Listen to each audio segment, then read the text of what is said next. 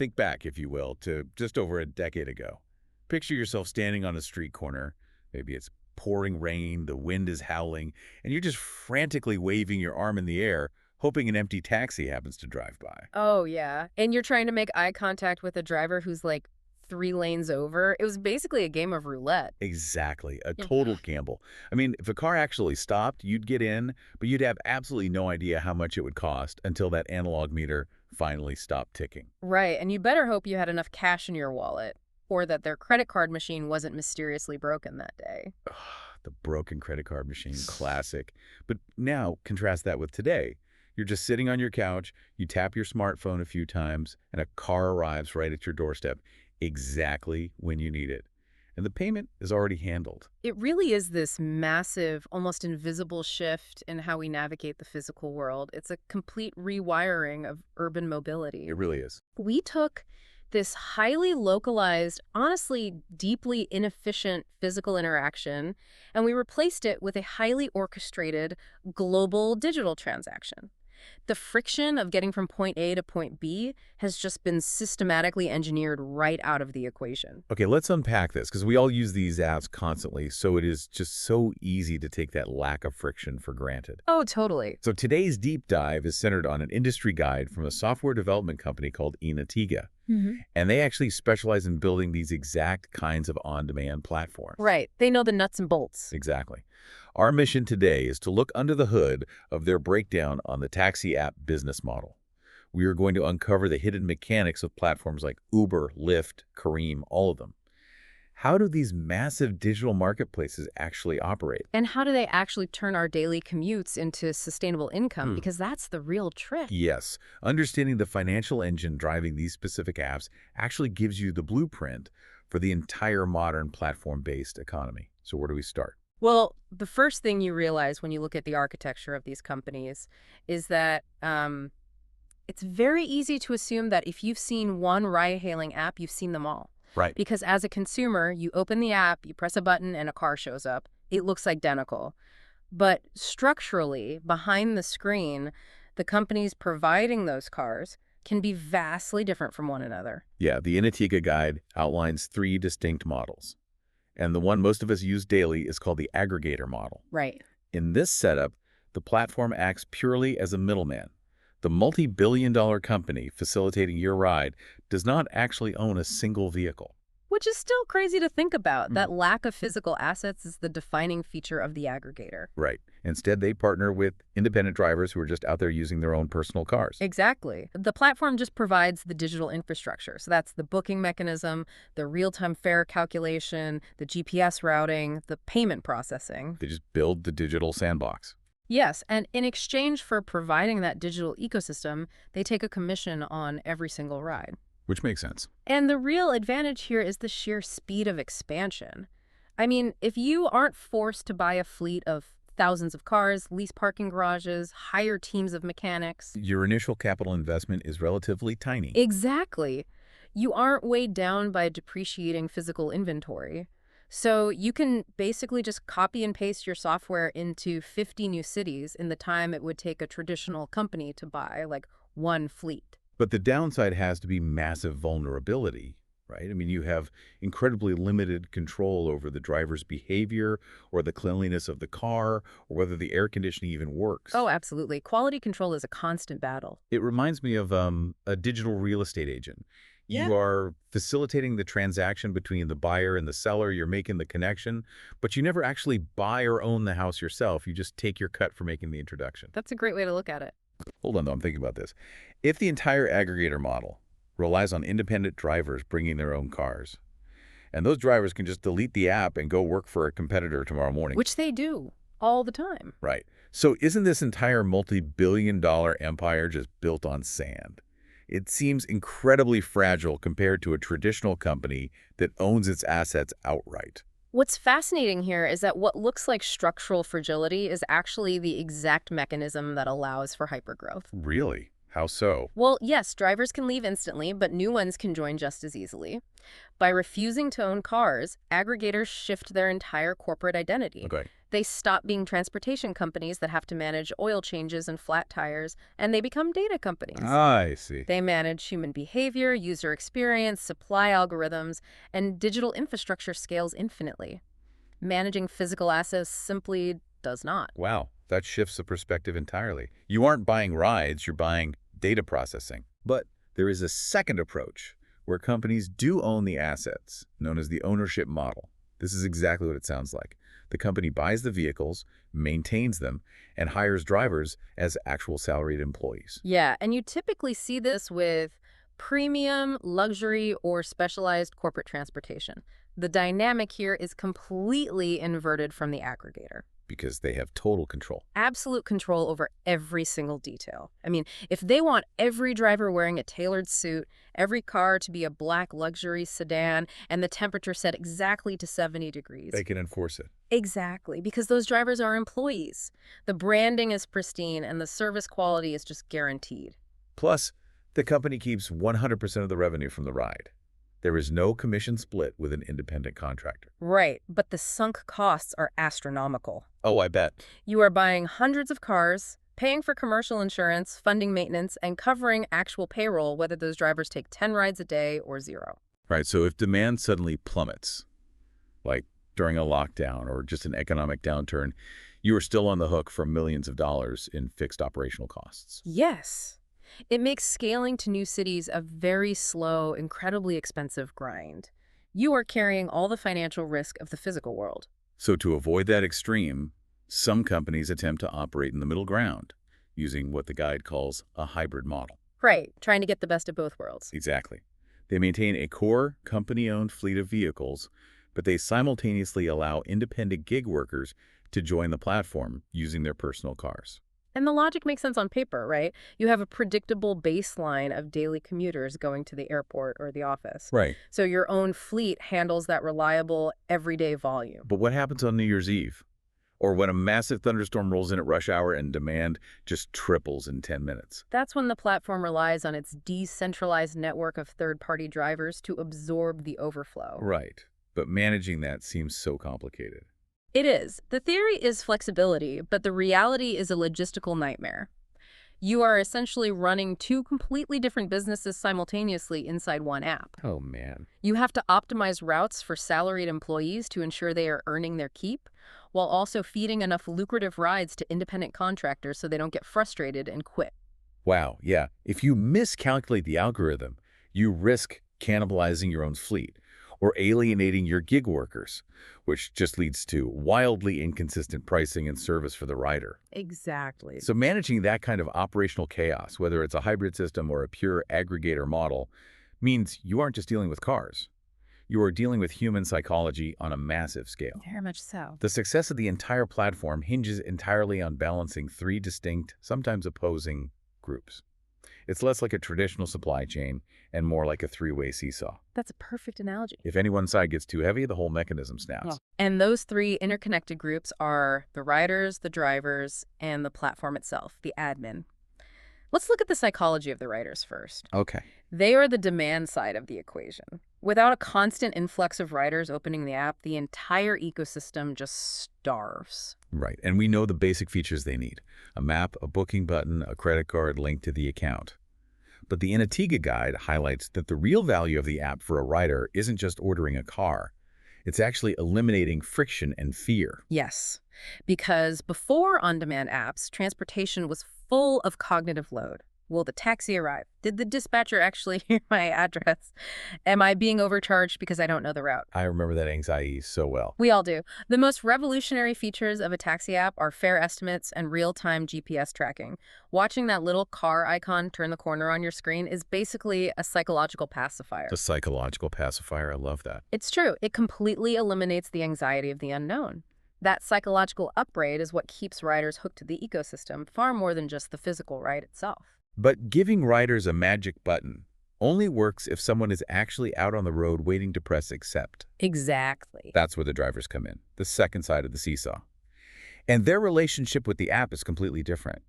They are the ones taking on the physical labor, the risk of accidents, and the depreciation of their personal vehicles. Right.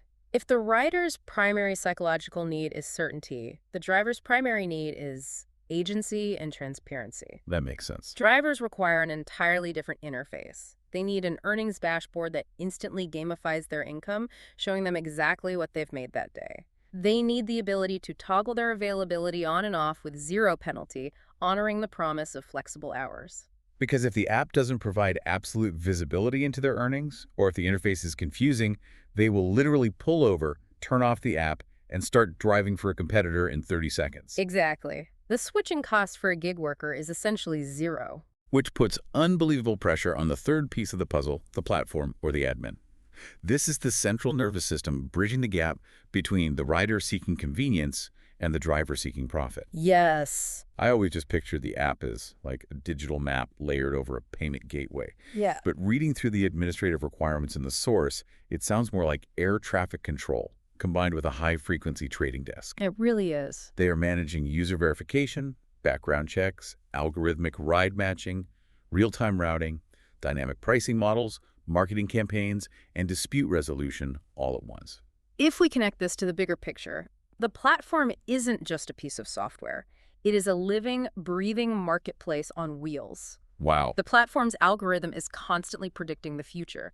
It has to anticipate where riders will be before they even open the app and subtly nudge drivers toward those neighborhoods. Right, because if there are too many riders in one area, wait times skyrocket and the riders just delete the app.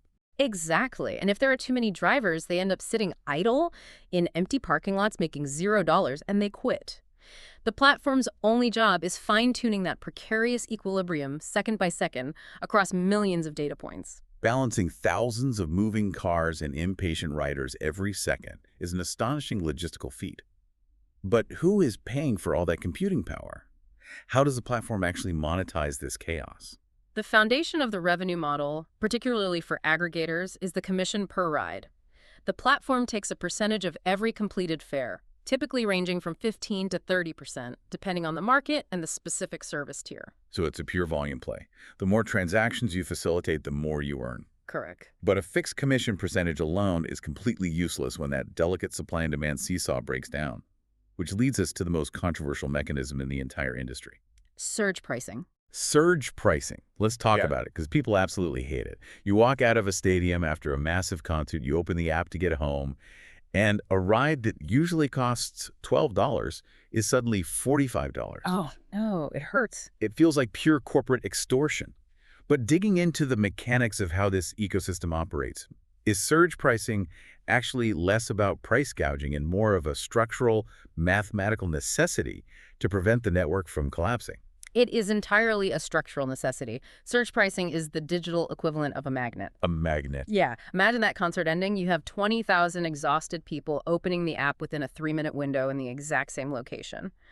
But the drivers might be scattered 20 miles away out in the suburbs where traffic is light. Okay. If the price remains flat at $12, no rational driver is going to willingly navigate dead-stop stadium traffic for a meager payout.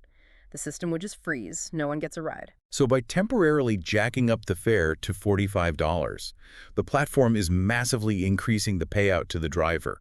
It's like a flare gun, shooting up into the night sky, telling every driver in a 10-mile radius, drive here right now, the money is huge. Precisely. The platform is using price elasticity to pull the supply, the drivers, to the exact geographic coordinate where the riders is spiking. That is wild. Yes, it increases the absolute dollar amount of the platform's commission, but its primary function is marketplace correction. It forces the seesaw back into balance. That completely reframes the frustration for me. Yeah. You aren't paying a penalty for leaving a concert. You're paying a premium to summon a car from the other side of the city. Exactly. The Enatega guide also points out cancellation fees, which protect that exact same algorithm. When a rider books a car and cancels 5 minutes later, it doesn't just waste the driver's gas. It removes an active unit of supply from the algorithm's calculation, causing a ripple effect of delays for other users. Right. So the fee compensates the driver and penalizes erratic behavior that damages the network. But relying purely on commissions and surge pricing creates a very volatile income stream for the company. Ride volume fluctuates wildly based on weather, holidays, economic conditions. Right. So to stabilize the balance sheet, these platforms introduce subscription plans. Oh, yeah. Riders can pay a flat monthly fee for locked-in, discounted fares or free priority pickups. And drivers can sometimes pay a subscription to lower the commission percentage the app takes from them. Exactly. It injects steady, predictable, recurring revenue into a business model that is fundamentally unpredictable. And we are seeing platforms get even more creative with monetization, right? Oh, definitely. They leverage advertising and promotions now. I mean, they have millions of captive users staring at their screens while waiting for a car or during a 20-minute ride. Yeah, the huge audience. Displaying targeted, localized ads inside the app creates an entirely new revenue stream that doesn't cost the rider or the driver a dime. I've actually noticed that lately. I'll check my route on the map, and a pop-up ad for a coffee shop I'm about to drive past will just appear. It's brilliant from a revenue perspective. They are also aggressively pursuing corporate and bulk rides. Instead of hunting for individual passengers one by one, they partner with multinational corporations who buy thousands of rides in bulk for their employees to commute or travel. It guarantees a massive, high-value flow of steady transactions. Yes, the B2B business-to-business partnerships act as a financial anchor. When individual consumer demand dips, the corporate contracts keep the lights on and keep the drivers moving. Okay, hearing about 30% cuts, surge multipliers, monthly subscriptions, localized ad revenue, and massive corporate contracts, it sounds like an infinite money glitch. It does sound like that. These apps must be minting billionaires overnight. Yeah. But looking at the actual cost structure outlined in the Enatega guide, the reality is stunning. These platforms are burning unimaginable amounts of cash just to exist. Yeah, generating revenue is only half the equation. The operational overhead required to run a real-time global algorithmic marketplace is staggering. Let's look at the ground floor first, app development. Okay. The guide states that designing and coding the app can cost anywhere from $15,000 to $100,000. And a full-featured multi-platform ecosystem can easily exceed $250,000. Easily. Why is it so incredibly expensive to build what looks like just a digital map with a payment button? Because you aren't building one app. You are building three entirely separate, highly complex interfaces. All right. You have the rider app, the driver app, and the central administrative dashboard. And all three of those distinct software ecosystems must communicate with each other, syncing live GPS data, traffic patterns, and payment gateways in milliseconds. Milliseconds. That's crazy. If the server latency is off by even 3 seconds, a driver misses a turn, a rider gets frustrated and cancels, and the entire system loses money. The engineering required for that flawless sync is immense, which explains the ongoing technology and maintenance costs. Hosting those servers, maintaining military-grade data security for millions of credit cards, pushing constant software updates that runs anywhere from $1,000 to $5,000 every single month forever. And that's just baseline. But the technology is just the table stakes. It's literally just the cost of entry. Here's where it gets really interesting. Looking at this breakdown, dropping $250,000 to build the app is basically just the down payment. Yeah. The real existential expense of running a taxi app is feeding the machine every single month. You have to feed it with marketing to acquire riders. Which is not cheap. No. The source estimates an initial $50,000 launch budget plus up to $10,000 a month in ongoing ads. You aren't just buying billboards, you are running hyper-targeted digital campaigns to replace the users who inevitably delete the app or move away. Churn is a constant threat. And you don't just have to acquire riders, you have to acquire and retain drivers, which is far more expensive. Right. The driver incentives and rewards are a massive line item. The guide estimates spending anywhere from $500 to well over $10,000 a month just to keep drivers active. The platforms essentially have to subsidize the rides early on. They offer drivers guaranteed hourly earnings or massive cash bonuses for completing a certain number of trips, just to ensure there are enough cars on the road to keep the wait times low for the riders. So they are artificially holding the seesaw in balance with their own capital. Exactly. Add in the operational support human staff to handle customer service disputes, accidents, and driver onboarding, which runs up to $15,000 monthly. Wow. Then layer on the legal and regulatory costs. Navigating city permits, commercial licenses, and compliance in every new municipality can easily burn through tens of thousands of dollars. This raises an important question, doesn't it? The source literally asks, is a taxi business profitable? And given this avalanche of ongoing costs, server hosting, marketing churn, driver subsidies, legal battles, How does a startup even survive? Well, the guide is brutally honest here. It can be profitable, but it requires a masterful execution of strategy. You cannot just launch an app and expect the market to hand you money. Right. Profitability requires ruthless market analysis. Are you targeting budget commuters who care only about price, or corporate travelers who care only about reliability? You have to achieve massive fleet utilization. A car sitting empty is a huge liability for the network. And the strategy advice for new platforms is to start incredibly simple, right? Yes. Don't try to build a super app on day one. Launch with a straightforward commission model in a dense, clearly defined geographic area. Prove that your algorithm can balance the seesaw in one neighborhood. Exactly. Once you have a loyal baseline of riders and drivers, only then do you introduce the complex layers like surge pricing algorithms, subscription tiers, or branching out into food delivery. It all revolves around the golden rule of sustainability. If the platform gets greedy and pushes commission fees too high, the drivers will instantly migrate to a competitor. Yep. If they raise fares to cover their bloated marketing costs, riders will just go back to taking the subway. But if a platform lowers everything to appease the users, they bleed out venture capital and go bankrupt. The margins are razor thin, and the margin for error is essentially zero. Wow. A modern taxi app is vastly more than cars driving in circles. It is a fragile ecosystem held together by brilliant mathematics, flawless timing, and the constant invisible manipulation of human incentives. So what does this all mean? It means that the next time you are standing on a curb in the rain and you tap that button on your screen, you are doing far more than just hailing a cab. So much more. You are triggering a massive global chain reaction. You are actively participating in a highly orchestrated digital marketplace that is recalculating millions of variables, supply, demand, traffic, weather, human psychology, just to get a car to your exact coordinates in 4 minutes flat. And it leaves us with a fascinating paradox to consider. Yeah, the Enatega guide makes it clear that the aggregator model's ultimate superpower is its reliance on software over physical assets. They don't own the cars and they don't employ the driver. But if a platform's entire multi-billion-dollar valuation is built on a decentralized, fluctuating network of independent gig workers, what happens to this perfectly balanced ecosystem when the real world intervenes? What do you mean? Well, think about it. If a sudden regulatory shift or a landmark court ruling forces these platforms to treat all drivers not as independent contractors, but as traditional salaried employees with guaranteed wages, health care, and benefits. Oh, wow.